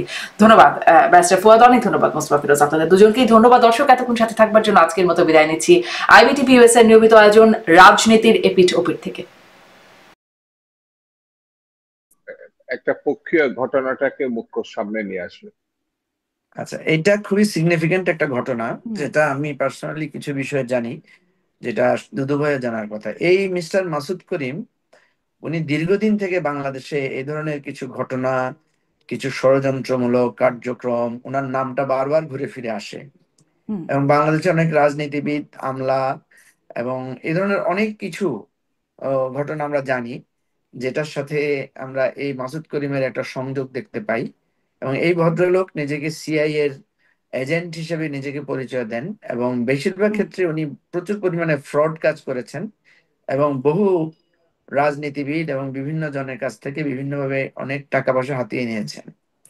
তো হঠাৎ করে এই ভদ্রলোক কিন্তু কখনোই বাংলাদেশে আসতেন না। উনি বিভিন্ন মিটিং আমরা শুনতাম যে উনি ব্যাংককে মিটিং করছেন, উনি নেপালে মিটিং করছেন, ইভেন লন্ডনে আমেরিকায় উনি মিটিং করছেন, এরকম শুনেছি। সম্প্রতি আমরা যেটা এখন আপনার নিউজে দেখলাম যে তিনি বাংলাদেশে এসেছেন, তাকে একজন পুলিশ কর্মকর্তা তাকে রিসিভও করেছেন, তাকে প্রটোকলও দিয়েছেন, এবং তিনি বিভিন্ন গুরুত্বপূর্ণ লোকদের সাথে সাক্ষাৎ করছেন। আমাদের আরেকটা জিনিস মনে থাকার কথা, আপনার আহ আন্দোলনের চূড়ান্ত সময়ে, ওই যে 28শে অক্টোবর যখন আমাদের আন্দোলনের একটা কঠিন সময়, সে সময় এক ধরনের রহস্যজনক একটা লোককে দেখা গেল যে উনি বিএনপি অফিসে এসেছেন, সাথে ওর বেশ কয়েকজন সামরিক কর্মকর্তা ছিল। আহ, এই জাতীয় তৎপরতাগুলো যখনই দেখা যায় তখন মনে হয় যে এখানে কোনো একটা অদৃশ্য কাজ কারবার চলছে, এবং এই ধরনের কাজ কারবারগুলোর সাথে কোনো না কোনো ভাবে আন্তর্জাতিক গোয়েন্দা সংস্থা, দেশীয় গোয়েন্দা সংস্থাদের একটা সংযোগ থাকে। তো এই ঘটনাগুলোর যদি আমাদের এখনকার যে গোয়েন্দা সংস্থাগুলো আছে তারা যদি এটার একটা ক্লু বের করতে পারে, তাহলে আমার কাছে মনে হয় যে জনাব তারেক রহমান যে আশঙ্কাটা করেছেন এটার সাথে সেখানে একটা যোগসূত্র মিলে যেতে পারে। কারণ আমরা দেখেছি বিএনপি কিন্তু তাদের একজন নেতাকে বহিষ্কার করেছিল, তার নাম হচ্ছে আপনার শওকত মাহমুদ, যিনি সাংবাদিক নেতা হিসেবে খুব প্রমিনেন্ট ছিলেন। এবং শওকত মাহমুদকে বহিষ্কার করার ব্যাপারে এখানে দুদু ভাই এটা ভালো করে জানতে পারবেন, এই মাসুদ করিমের একটা সংযোগ সেখানে ছিল। এর বাইরে গণ অধিকার পরিষদের যিনি আহ, সভাপতি ছিলেন এক সময়ে, আপনার সময়ের সীমাবদ্ধতা থাকে, একটা নির্দিষ্ট সময় সবাইকে বলা হয় যে আপনার সময় 2 মিনিট বা আপনার সময় 3 মিনিট। তো এই একটা সীমাবদ্ধতা আছে বলেই কিন্তু ঐকমত্য কমিশন নিজেই বলেছে যে আপনারা কিন্তু যদি ফিল করেন আপনারা নিজেরাও কিছু আলোচনা সেরে নিতে পারেন। তো সেখানে তো স্বাভাবিকভাবেই আমরা যখন একসাথে বসি, মিটিং এর বাইরেও আমাদের মধ্যে এক ধরনের মত বিনিময় হয়, খাওয়ার সময় হয়, নামাজের বিরতিতে হয়, চা বিরতিতে হয়। তো আমরা যেটা ফিল করেছি যে ক্যামেরার সামনে বা আনুষ্ঠানিকতার জায়গায় লোকেরা যখন একরকম কথা বলে, কিন্তু যখন আবার ব্যক্তিগতভাবে আমরা আলোচনা করি বা একটা আর্গুমেন্ট দিই বা কখনো কখনো খুব অনুরোধ করি, তখন দেখা যাচ্ছে যে না, ওনাকে অ্যাপারেন্টলি যত কঠোর বা অনড় বা রিজিড মনে হচ্ছে, আসলে তারা অত রিজিড না। এই জিনিসগুলো আমরা বোঝার চেষ্টা করেছি, এবং আমরা তখন চিন্তা করেছি যে আউট অফ দি মানে আনুষ্ঠানিকতা এই ধরনের কিছু আলোচনা করে এখান থেকে আমরা কিছু আহ, করতে পারি কিনা। যেমন ধরেন এটার যে একটা ফল, শুভ ফল, সেটা আমি আপনাকে বলি।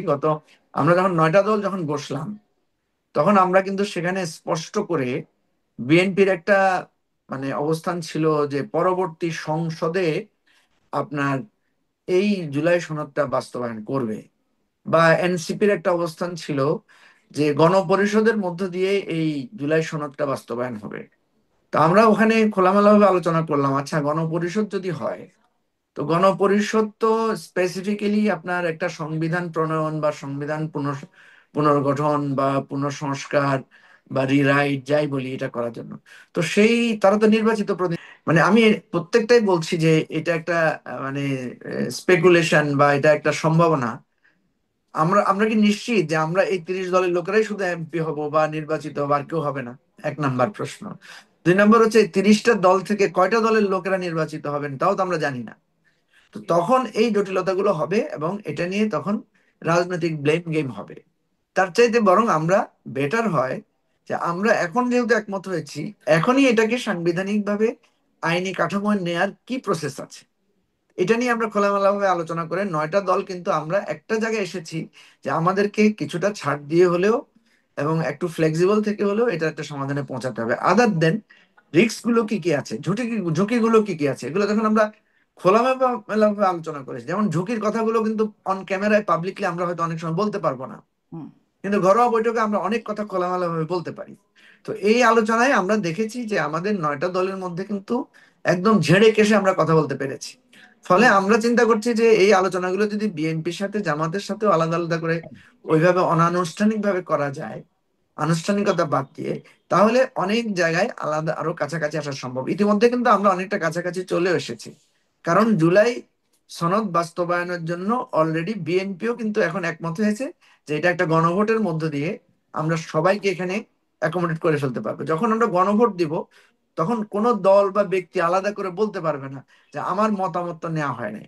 তো সুতরাং আমরা খুব কাছাকাছি যেতে পেরেছি, এবং আপনি যেটা বলেছেন এটা কোনো কাউন্টার না যে মানে ঐকমত্য কমিশনের বাইরে গিয়ে আমরা করেছি। ঐকমত্য কমিশন নিজেও কিন্তু বলেছে আপনারা চাইলে আপনারা নিজেরা নিজেরা বসেন, আপনারা একটু কাছাকাছি আসেন এবং আপনারা আমাদেরকে সাহায্য করেন। জি। সুতরাং এই এটার মধ্যে সমঝোতার আমি কোনো প্রক্রিয়ায় আমি শামসুজ্জামান দুদুর কাছে যাবো যে সমঝোতার প্রক্রিয়া আসলে বিএনপি এবং জামায়াতের দূরত্বটা কতটা এবং এই সমঝোতার মাধ্যমে কতটা কাছাকাছি আসা যায়। কিন্তু আমি একটু খালি এই প্রশ্নটা খুব সংক্ষেপে যদি আমি মুজিবুর রহমান মঞ্জু আপনার কাছ থেকে একটু বুঝতে চাই। আপনি বলছিলেন যে এই কয়টা দলের বাইরে আর কেউ যে সংসদে যাবে না তার তো কোনো নিশ্চয়তা নেই, তার আগে এটা পালন করবে তারও তো নিশ্চয়তা নেই, যার কারণে এখন যতটুকু ঐক্যমত হয়েছে ততটুকু বাস্তবায়ন করে ফেলতে হবে বা সেই রকম একটা ইঙ্গিত আপনি দিচ্ছিলেন। কিন্তু তাহলে আসলে জনগণের জায়গাটা কোথায়?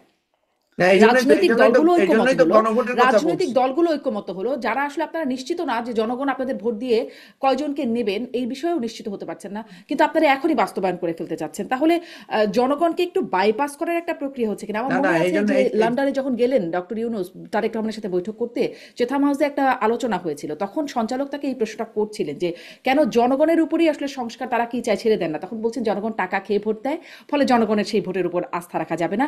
গণভোট প্রশ্নেও বলছিলেন যে জনগণ এটা নিয়ে হাসাহাসি করবে, তারা বুঝবে না, ফলে এটি হবে না। জনগণকে একটা বাইপাস করা হচ্ছে কি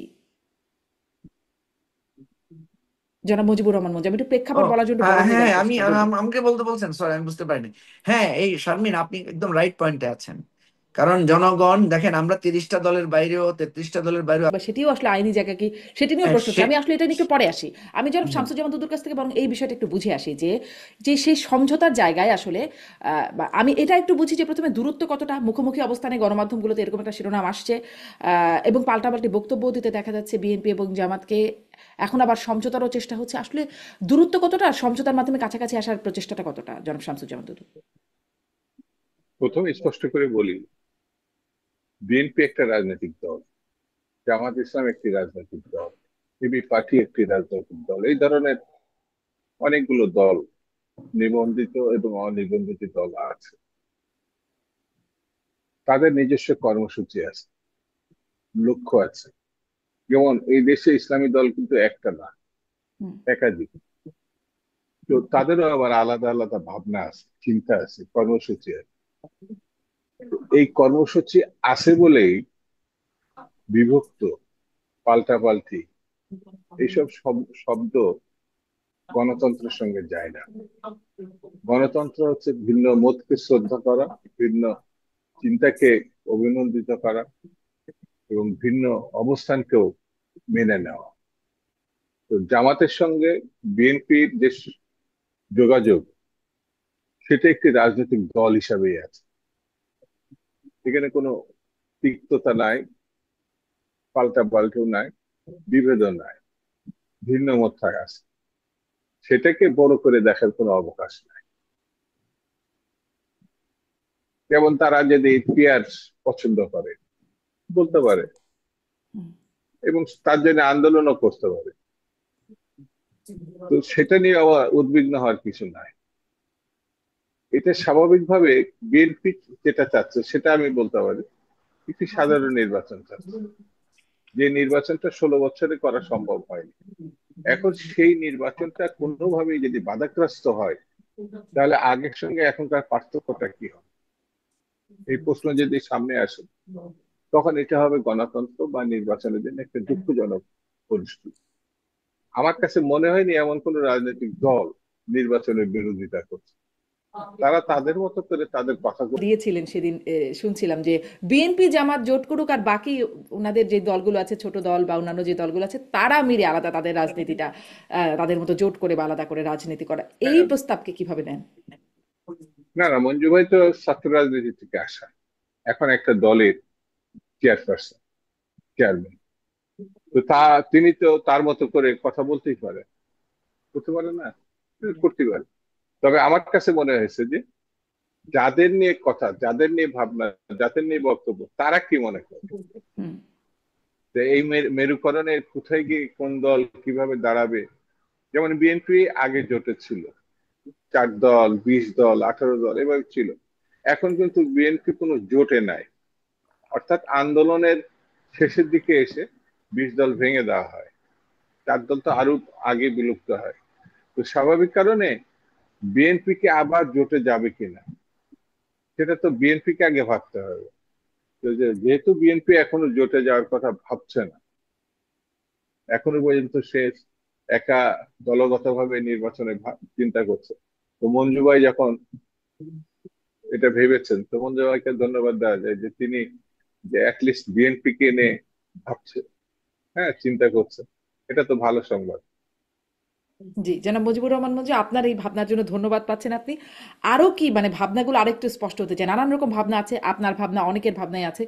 আহ সেটার বিষয়ে আপনার একটু ব্যাখ্যা শুনতে চাই যে বিএনপি জামাতকে জোট করার পরামর্শ আপনি দিচ্ছেন, জামাত ওদিকে অলরেডি ইসলামী দলগুলোর সাথে জোট করবে বলে বলে দিয়েছে, এনসিপি আর গণ অধিকার পরিষদ তারা একীভূত হয়ে যাচ্ছে, এরকম একটা বিষয় শোনা যাচ্ছে। আবার যাদের নিষিদ্ধ করার জন্য আন্দোলন চলছে জাতীয় পার্টি, তারাও জোটবদ্ধভাবেই নির্বাচন করবে বলছেন একাংশের চেয়ারম্যান আনিসুল ইসলাম মাহমুদ। জোট নিয়ে আসলে সামনের নির্বাচন আসতে আসতে কিরকম সমীকরণ দাঁড়াতে পারে, কোনো পূর্বাভাস আপনি দেখেন কিনা? হ্যাঁ, আমি এই কথাটা কেন বলেছি, এটা একটা প্রেক্ষাপট ছিল। আমাকে প্রশ্ন করা হয়েছিল যে ফেব্রুয়ারিতে নির্বাচনের আপনি কোনো আশঙ্কা দেখেন কিনা। না, আমি বলেছি হ্যাঁ, আশঙ্কা দেখি। কারণ ফেব্রুয়ারির নির্বাচনে আশঙ্কা দেখি এই জন্য যে এখানে আমাদের একটা অবস্থা ছিল যে এতদিন আমাদের কাছে মনে হয়েছিল যে নির্বাচনটা একপেশে হয়ে যাচ্ছে। কারণ এতদিন আমরা জানতাম যে প্রধান প্রতিদ্বন্দ্বী দল হচ্ছে বিএনপি এবং আওয়ামী লীগ। তো বিএনপি এবং আওয়ামী লীগের এই প্রতিদ্বন্দ্বিতার মধ্যে আমরা দেখতে পাচ্ছি যে আপনার আহ জাতীয় পার্টি এবং আওয়ামী লীগ অনেকটা ইলেকশনের তাদের করার আর সুযোগ থাকছে না। ইভেন আপনার আওয়ামী পন্থী আওয়ামী লীগের দূরতম সম্পর্কযুক্ত যারা ইলেকশন করতে আসবে জনগণের কাছে, তারা প্রত্যাখ্যাত হবে, কিংবা তারা অনেকে মামলা মোকদ্দমার মধ্যে আছেন এবং আসলেই তাদের মানে নির্বাচনী পরিবেশটা বিঘ্নিত হবে, এই ধরনের একটা মানে ধারণা আমাদের মধ্যে তৈরি হয়েছে। বাট আওয়ামী লীগ কিন্তু একটা ষড়যন্ত্রের মধ্য দিয়ে থাকবে, তারা এই নির্বাচন যাতে হতে না পারে সেটার জন্য তারা কিছু নানা রকমের মেকানিজম করবে। আর অপরদিকে আমরা দেখতে পাচ্ছি যে নেক্সট পার্টি হিসেবে যে পার্টিটা খুব ইম্পর্টেন্স পাচ্ছে সেটা হচ্ছে জামাত। এবং জামাতের ইলেকট্রাল পজিশনে জামাত চেষ্টা করছে একটা অ্যালায়েন্স তৈরি করার জন্য। জামাত যখন একটা অ্যালায়েন্স তৈরি করার জন্য চেষ্টা করছে, এবং তখনই দেখা যাচ্ছে, এতদিন আমরা দেখেছি জামাত এবং এনসিপির একটা অ্যালায়েন্স হওয়ার একটা সম্ভাবনা বা এরকম কিছু মানে গুঞ্জন আমরা শুনেছি। তখন আমরা দেখছি যে একটা উত্তেজনা ছড়াচ্ছে, এবং সেই উত্তেজনাটা কিছু কিছু জায়গায় আমরা দেখেছি মারামারির পর্যায়ে পৌঁছাচ্ছে, কিছু কিছু জায়গায় ব্লেম গেম হচ্ছে, কিছু কিছু জায়গায় উত্তেজিত কথাবার্তা হচ্ছে, একে অপরকে হেয় করে কথাবার্তা হচ্ছে। তো এই পরিপ্রেক্ষিতে যখন আমাকে সাংবাদিক বন্ধুরা জিজ্ঞেস করলেন যে এই ফেব্রুয়ারি নির্বাচনের ব্যাপারে মানে শান্তিপূর্ণভাবে নির্বাচন হওয়ার উপায়টা কি, তখন আমি বলেছি যে আমাদের যে আইন শৃঙ্খলা পরিস্থিতি, পুলিশ আর্মি তাদের যে অবস্থা দেখা যাচ্ছে, অ্যাডমিনিস্ট্রেশনের যে ভঙ্গুর অবস্থা দেখা যাচ্ছে, তাতে আমাদের যদি একটা রাজনৈতিক সমঝোতা না হয় এবং আমরা যদি একে অপরের জয় পরাজয় মেনে নেওয়ার মতো মানসিকতা রাখতে না পারি, আমরা ইতিমধ্যে ডাকসু এবং জাকসু নির্বাচনে দেখেছি যে পরাজয় মেনে না নেওয়ার সংস্কৃতি কিন্তু এখনো আমাদের মধ্যে কারো কারোর মধ্যে বিরাজমান আছে এবং নানা রকমের ব্লেম আছে। যেমন আমরা দেখেছি যে ছাত্র দল বা বিএনপি নেতারা অভিযোগ করেছেন যে ছাত্র শিবিরকে ছাত্রলীগের ছেলেরা ভোট দিয়ে দিয়েছে। তো এখন এটা এই ধরনের কথাবার্তা যখন হয় তখন দেখা যাচ্ছে যে জয় পরাজয়ের একটা মানে মেনে মানা না মানার এক ধরনের একটা প্রবণতা আছে। তো সেই জায়গা থেকে আমি বলেছি যে ফেব্রুয়ারির নির্বাচন যদি, যেহেতু আমাদের খুব সামনে এবং আমরা খুবই একটা ভোলাটাইল সিচুয়েশনের মধ্যে দিয়ে আছি, আওয়ামী লীগের একটা ষড়যন্ত্র, পার্শ্ববর্তী রাষ্ট্রের একটা মনোভাব আমাদেরকে চিন্তিত করছে, সেই অবস্থায় আমরা এবারের ইলেকশনটা এমন করতে পারি যে প্রধান যে দুই প্রতিদ্বন্দ্বী দল তারা জোটবদ্ধ হয়ে একটা ইলেকশন করতে পারে। এটা কেন বলেছি, ওনারা কিন্তু আগে জোটবদ্ধ ছিলেন, ওনারা কিন্তু দীর্ঘ 15 বছর এবং তারও আগে, এবং ওনারা একসাথে সরকারও করেছেন একটা সময়, একটা সময় ওনারা একই মার্কা নিয়েও ইলেকশন করেছেন, এবং একটা সময় দেখা গেছে জামাতের নেতারা তাদের বিএনপির এলাকায় গিয়ে দাঁড়িপাল্লা ধানের শীষে ভোট দেওয়ার জন্য অনুরোধ করেছেন। আবার জামাতের এলাকায় গিয়ে আমরা দেখেছি বেগম খালেদা জিয়া দাঁড়িপাল্লা হাতে নিয়ে, এক হাতে ধানের শীষ এক হাতে দাঁড়িপাল্লা নিয়ে বলেছেন আমাদের এই দুইটা মার্কায়, আমাদের এই দুইটা মার্কাতে আপনারা ভোট দিবেন। তো এই যে তাদের একটা সুহৃদ সম্পর্ক ছিল, সেই সম্পর্কটা তৈরি হয়েছিল কেন? সেই সম্পর্কটা তৈরি হয়েছিল আওয়ামী লীগের একটা ফ্যাসিজমকে মোকাবেলা করার জন্য বা আওয়ামী সন্ত্রাসকে মোকাবেলা করার জন্য। তো এখন আমাদের দেশটা কি সেটা থেকে পুরো মুক্ত হয়ে গেছি? আমরা আমরা তো হই নাই, আমরা তো নানা রকম আশঙ্কার মধ্যে আছি। এই যে বারবার বলা হচ্ছে গভীর ষড়যন্ত্র চলছে বা অদৃশ্য ষড়যন্ত্র চলছে, তাহলে এত ষড়যন্ত্রের মধ্যেও আপনারা নির্ভর কিভাবে? সেই জন্য আমি বলছি যে এই এই ষড়যন্ত্র মোকাবেলা করা বা অনিশ্চয়তা দূর করার জন্য বিএনপি জামাতের যেহেতু একটা দীর্ঘদিনের বন্ধুত্ব ছিল, সাময়িকভাবে এখন একটু তাদের সম্পর্কের টানাপোড়েন আছে, তারা যদি একটা কম্বাইন্ডলি একটা আহ, জোট করেন, আর আমরা অন্য যে পার্টিগুলো আছে তারাও যদি আমরা একটা জোট করি বা আমরা আলাদা করে ইলেকশন করি, তাহলে ফেব্রুয়ারির ইলেকশনটা আশা করা যায় অনেক আশঙ্কা থেকে মুক্ত থাকবে। এবং ইলেকশন আশঙ্কা থেকে মুক্ত হলো, সংসদের চেহারাটা কি হবে তাহলে? মানে কে যাবে দেখেন বিরোধী দল? সংসদের, হ্যাঁ এটা এটা একটা ভালো কথা বলেছেন শারমিন। সংসদে অনেকে মনে করছেন সংসদ একপেশে হয়ে যাবে, অনেকে বলছেন বিরোধী দল থাকবে না। আচ্ছা এটা আমি কিভাবে বুঝবো? কারণ আমরা তো এই যে দেখলাম জাকসুতে যেই আমরা যে ধারণাগুলো করেছিলাম সেই ধারণাগুলো তো ফেল করেছে। হুম, এর আগে 91 সালে আমরা দেখেছি যে শেখ হাসিনা ক্যাবিনেট ফর্ম করে ফেলছিলেন, এরকমের আগাম ছিল, কিন্তু সেখানে দেখা গেলো বিএনপি ব্যাপক বিজয় অর্জন করেছে। সুতরাং বিএনপি জামাত জোট হয়ে গেলেই যে আমরা যারা অন্যান্য দলগুলো আছি, আমরা আমরা যে নতুন রাজনীতির কথা বলছি, আমরা তো দেখছি সার্ভে গুলোতে যে প্রায় 50%-এর মতো ভোটাররা ফ্লোটিং ভোট আছে, তারা মনে করছে না যে তারা কাকে ভোট দিবে। সুতরাং এই কথাগুলো বলাটাও তো আরেকটা অযৌক্তিক কথা যে আপনি মনে করছেন যে একপেশে হয়ে যাবে, বিরোধী দল থাকবে না, এটা তো হতে পারে না। বিরোধী দল তখন অন্যরা থাকবে। আর কখনো কখনো দেখা গেছে একজোট ইলেকশন করলেও বিএনপি জামাত কিন্তু আগে একজোট ইলেকশন করেছে, করার পরও কিন্তু কখনো কখনো তারা বিরোধী দলের ভূমিকায় ছিল। 91 সালে আমরা দেখেছি যে জামাতের সাপোর্টে বিএনপি ক্যাবিনেট গঠন করেছিল, পরে কিন্তু আবার সেটা প্রত্যাহার করে জামাত কিন্তু বিরোধী দলের ভূমিকায় অবতীর্ণ জি, হয়েছে। সুতরাং জি। আমার প্রাইম টার্গেট হচ্ছে, এখন যেহেতু একটা কঠিন জটিল পরিস্থিতির মধ্যে আমরা আছি, নির্বাচনটা সুষ্ঠু করার জন্য এটাকে আমি একটা প্রপোজাল আকারে দিয়েছি। এটা তো জি, আমার অনেক একটা ধন্যবাদ। জাস্ট আপনি পরামর্শ। ধন্যবাদও পাচ্ছেন এটার জন্য, কিন্তু সেই প্রপোজাল আসলে বিএনপি আমলে নেয় কিনা, বিএনপিটি নিয়ে কথা বলে কিনা। কারণ বিএনপি সালাউদ্দিন আহমেদ বলেছিলেন যে জোটের জন্য এনসিপির জন্য দ্বার খোলা আছে, কিন্তু জামাতের সাথে হবে না, এরকম একটা বার্তা আগেও দিয়েছিলেন সালাউদ্দিন আহমেদ।